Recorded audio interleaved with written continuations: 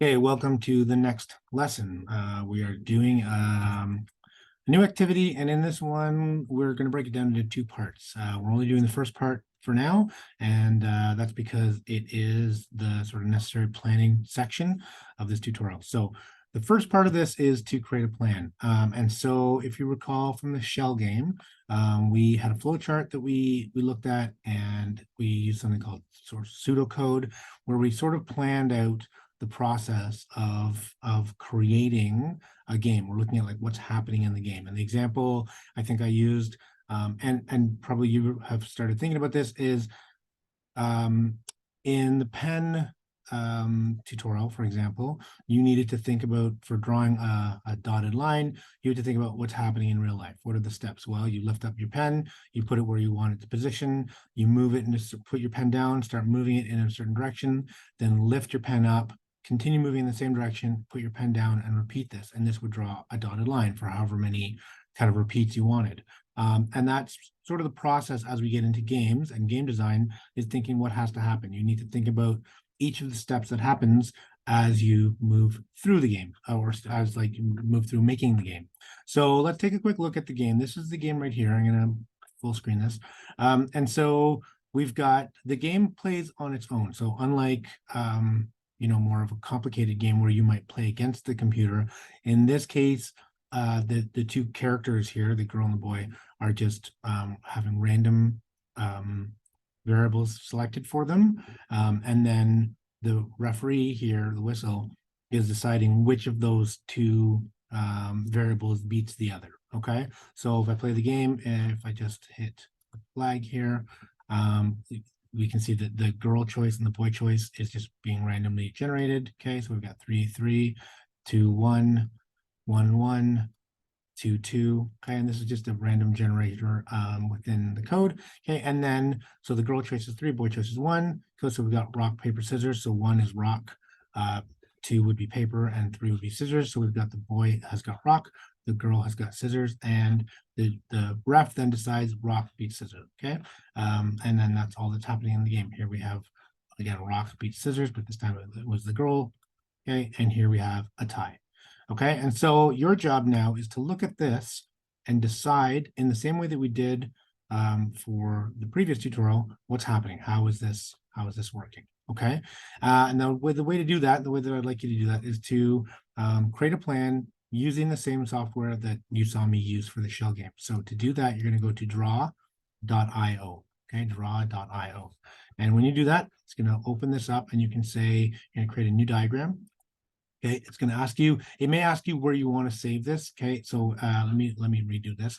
It may ask you, I'm currently on my device, but if this is your first time, it might ask you this layout here. So you just click on device, okay, and it'll save it on your computer. If you are working on a Chromebook, you might not be able to have that choice. You might have to save it on Google Drive. That doesn't really matter. For now, just you select one of these options. Okay, I'm choosing the device. I'm creating a new diagram by clicking here, and then for this, we're just going to use a blank diagram. Okay, you can name it if you want to. This is the rock, paper, scissors, so I might say rock, paper, scissors, 01, just so that I have some version control.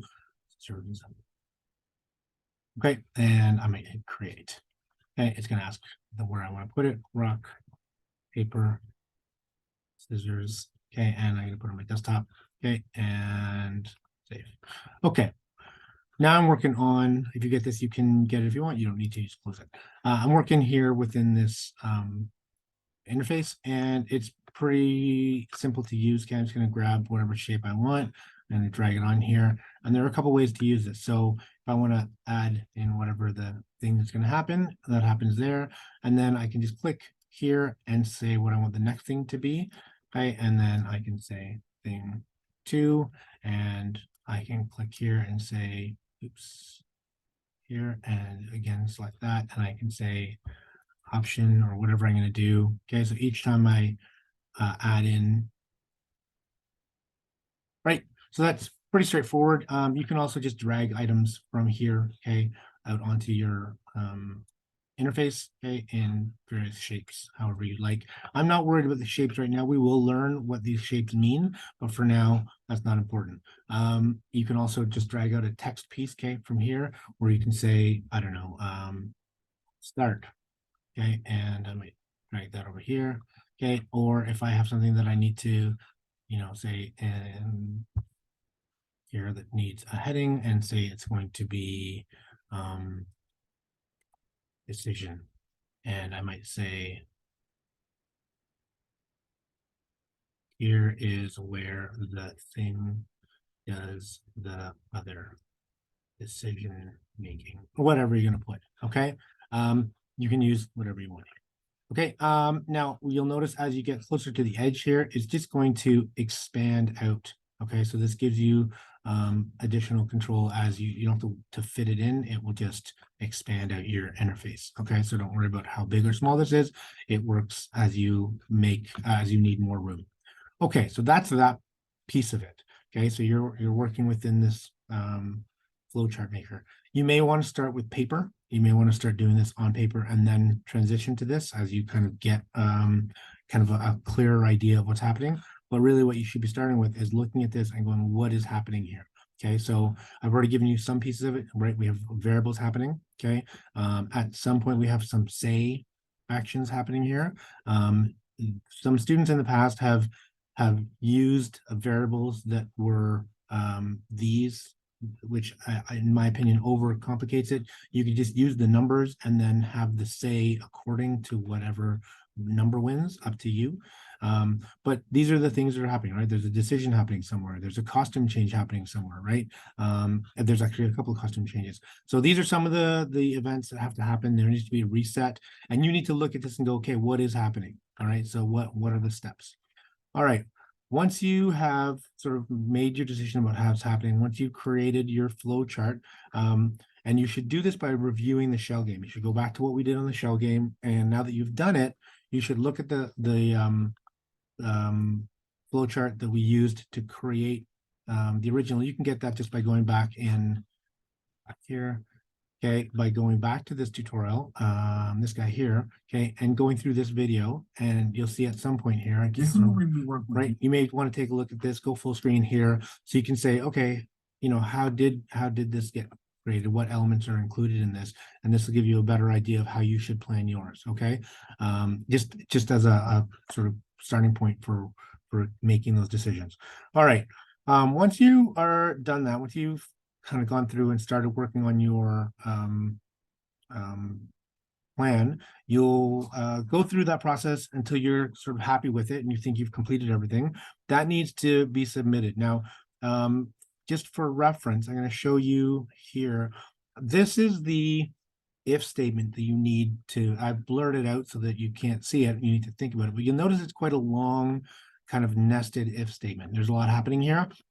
And that's just the process of the referee deciding what beats what, okay? And so you can take a look at this without any of the details, at least, and get a sense of, what has to be considered, okay? But ideally, you're thinking through this on your own. Finally, once you're done with your document here, okay, you need to export it and save it to your blog, and you need to provide me with a PDF of that. So here's what I would suggest you do here. Once you're done with this, you can go to file and you can export as a PNG. Okay, this PNG will be saved to your desktop or your Google Drive, depending how you told this software you want to save things. Okay, and then if you're doing a PNG, you're just gonna, I think, go with the standard details here, hit export, and it should give you a PNG that you can put on your website. Okay, I click this, I tell it where I want to save it. I can say my device, and it saves it. Okay, I'm gonna put that. Okay, I'm gonna open this guy up here. Okay, so that would then go on my website. Okay, the other thing I'd like you to do is from here, you can also go file and you can file export as a PDF. And the reason I want that is sometimes PNGs are a little too small for me to read depending on how they're put on your website.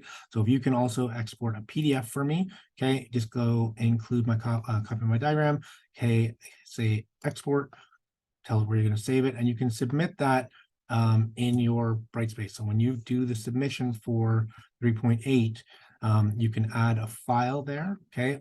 If it's in your Google Drive, you'll need to, from Google Drive, you'll need to export a PDF because I'm not sure that you can include it. I'll take a look and see. In fact, let's do that right now. If I go to View as Student, and I go to Assessments, Assignments, 3.8. Hold on, let me make that invisible. I'm going to pause the video while I do that. Hang on. Okay, we're back. And so what you can do is when you go to assessments, assignments, okay, you're going to come down here to planning document. And down here, you can include from your computer, I think, oh no, sorry, where is it? No, not this one. To include from your Google Doc, okay, you can go here, Google File Embed, okay, and it'll ask you to pair your account with this. You just say next to this, okay, I've already done mine, okay, and then you'll be able to go and find your file, which you can include. And then for your blog, what you put on your blog, you're just going to add in your Wix site, whatever your username.wixsite for your blog so that I can see your blog. Okay. The other thing I'd like you to include in this is just a written breakdown of what's happening in this, what you think is happening in this document. Okay. So once you're done with this, I want you to write a little bit of a description of how you approach this and what you think is happening so I can provide you with some feedback to say, yep, that's good, but don't forget this, or yes, you're on the right track. You may stumble at this point, whatever. Okay. I can give you some feedback if needed. Okay, I think that's all you need to know. Just make sure that you add the PNG to your blog, make sure that you write a description on your blog, and do your best to be as clear as you can with as much writing in this to make it clear both for myself and for you as you progress through this. Once you're done, you'll be working on the second piece of this, 3.8b, which will be actually creating this game. All right, best of luck. I hope that all makes sense, and I trust that you will work your way through this. Do test your work as you go through. I noticed some students in the last lesson, and I mentioned this on the homepage, some students were not sort of testing their work, and it's obviously an important piece, right, to go and, like, as you do something, make sure it's working. Okay, it's obviously an important step in completing a task to make sure that it's working before you submit it. Okay, and do that actively thinking about what should happen. Okay, I saw some students with the egg, the hen game. You know, they click. You know, the first time they tried it, you know, depending on the variable and the way they coded it, it worked once, but then it didn't work the second time because it only worked if the egg was in a certain position. It didn't work on other positions. So, you know, thoroughly checking and thoroughly testing your game or your code is an important part of doing this correctly. Okay, best of luck, and we'll see you in the next tutorial.